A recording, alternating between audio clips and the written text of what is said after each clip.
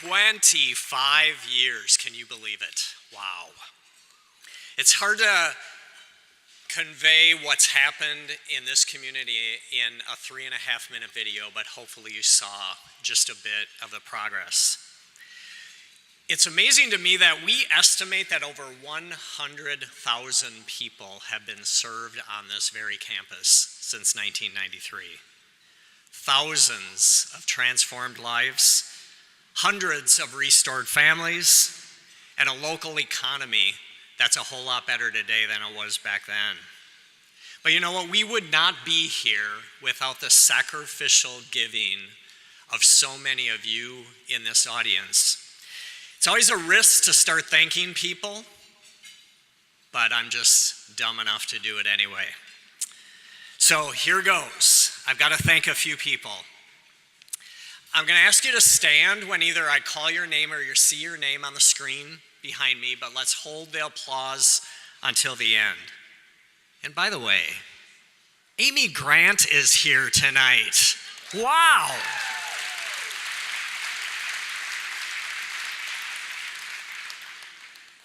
And I got to sit at her table. So anyway, here we go. Presenting sponsors, 4 great organizations and even better people. BMO Harris, stand you guys. My friends at ECMC, come on you guys, stand up. General Mills and the Ferber Family Foundation.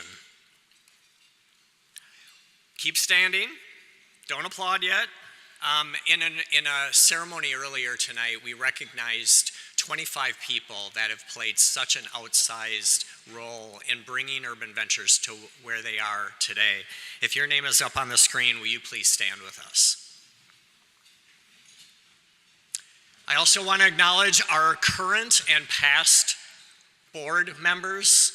We have some that have flown here from across the country to be here with us, and I'm especially delighted to have our first board chairman here, Peter Gove, and our recently elected board chair, Catherine Unger. Let's hear it for all of them.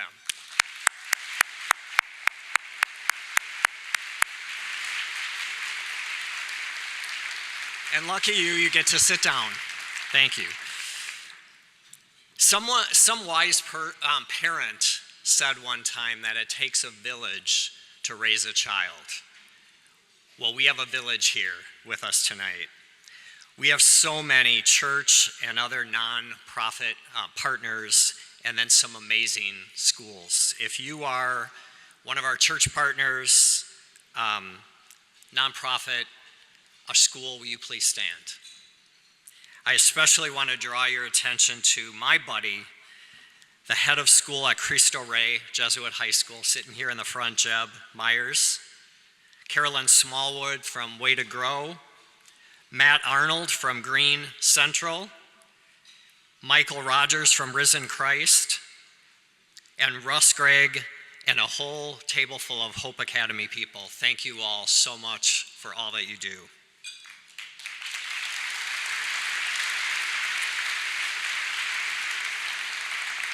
You know, we try really hard to keep our costs down to put on an event like this so that your money goes to support our programs. We have so many great partners, and every food and beverage item that you've consumed tonight has been 100% donated to us by these amazing people behind us.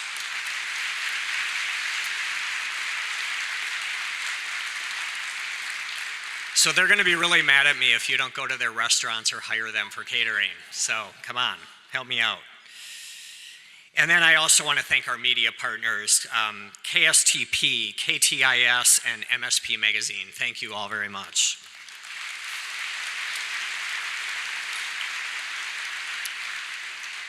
My amazing family is here with me tonight, but I'm not going to talk about them. I'm going to talk about my second family, the amazing employees of Urban Ventures. Will you please stand up? Come on, you guys.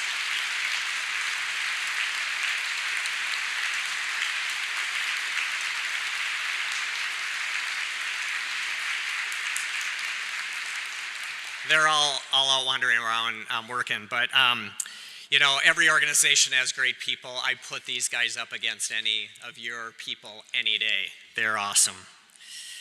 And then finally, I have to say something about our beloved founder. The vision that he had 25 years ago is still the vision that guides us today. He has become my friend, my mentor. The dude is unstoppable. Art Erickson. Art.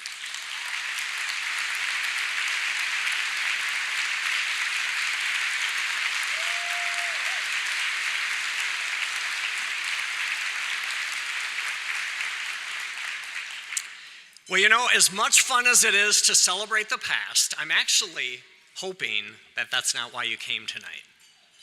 I hope you're here because of tomorrow and the day after. I also hope that our big goal hasn't been lost on you tonight. It's to prepare and send every child in this community to college or some sort of post-secondary education. You might say, yeah, right, that's not going to happen. I beg to differ. I think it's possible. But you know what? We cannot realize that vision, a vision of without poverty for this city, if our kids aren't learning how to read and write, get and stay on grade level, graduate from high school, and increasingly in this economy, go on to college or some other form of post-secondary education. As you heard from Brandy, we're making some real progress towards that goal. Let me for a moment just bring you back to that cradle to career pipeline that she talked about. Our strategy is all about engaging early and often along 5 critical phases of a child's life. Tonight, we're asking you to help us change the trajectory for 1,000 kids. Check this out. Don't head to the exits, but we hope to raise $1 million this evening.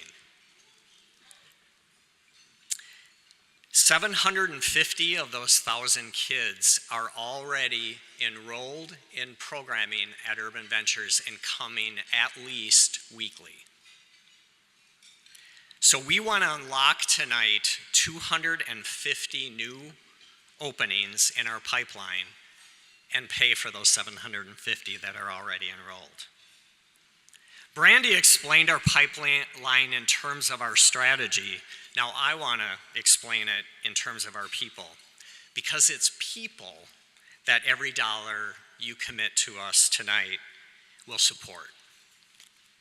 Ideally, each child gets involved early. In fact, experts tell us that a child born into poverty is likely to remain in poverty unless someone intervenes to change that trajectory.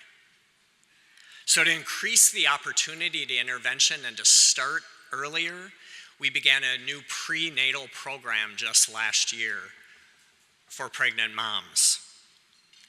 And next year, this is just a teaser, we plan to open on this very campus a full-fledged early learning center for 0 to 5-year-olds.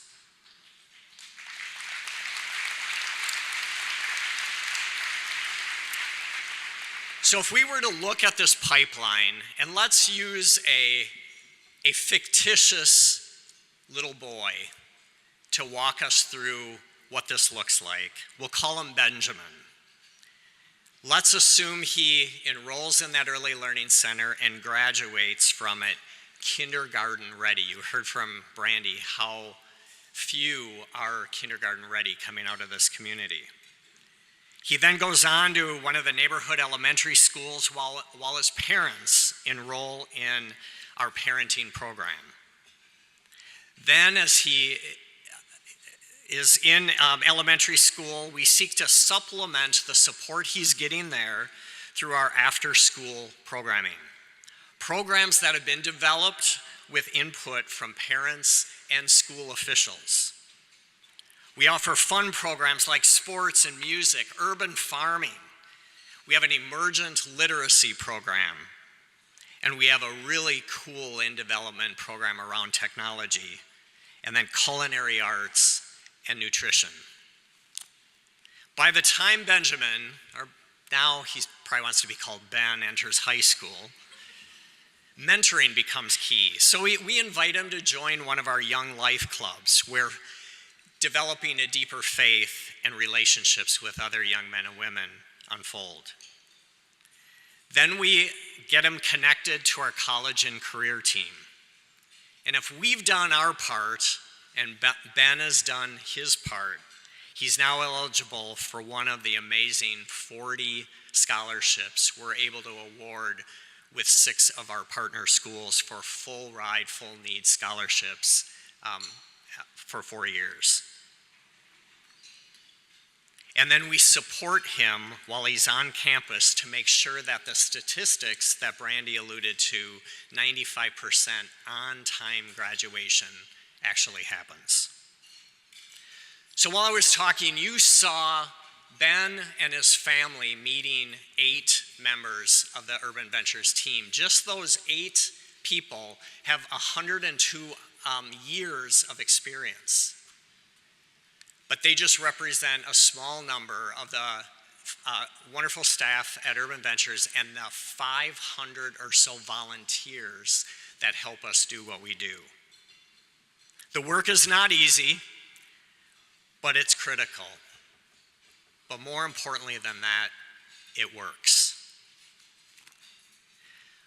When I got here a couple years ago, one of the most alarming statistics I heard about the neighborhood, and you've heard a lot of them tonight, is that a young man of color between the ages of 18 and 25 is more likely to be in prison than in college. Aren't we better than that? You know, some say that college or post-secondary education is losing its value. When a neighborhood like this, I would argue it's a moral imperative. Breaking the cycle isn't easy, but it's nearly impossible if a child hasn't learned to read and write by 3rd grade, then go on and finish high school, and then get a degree or trade. Looking back at the screen, you'll see the pipeline for one child and his family. But tonight, we're thinking big. Our goal is not one more Benjamin. No, it's 1,000 more.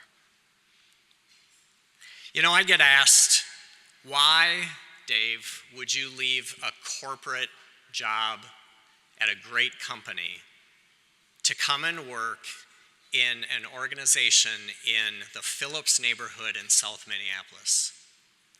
Well, you are about to meet 2 young ladies that will tell you why. I'm here because of them.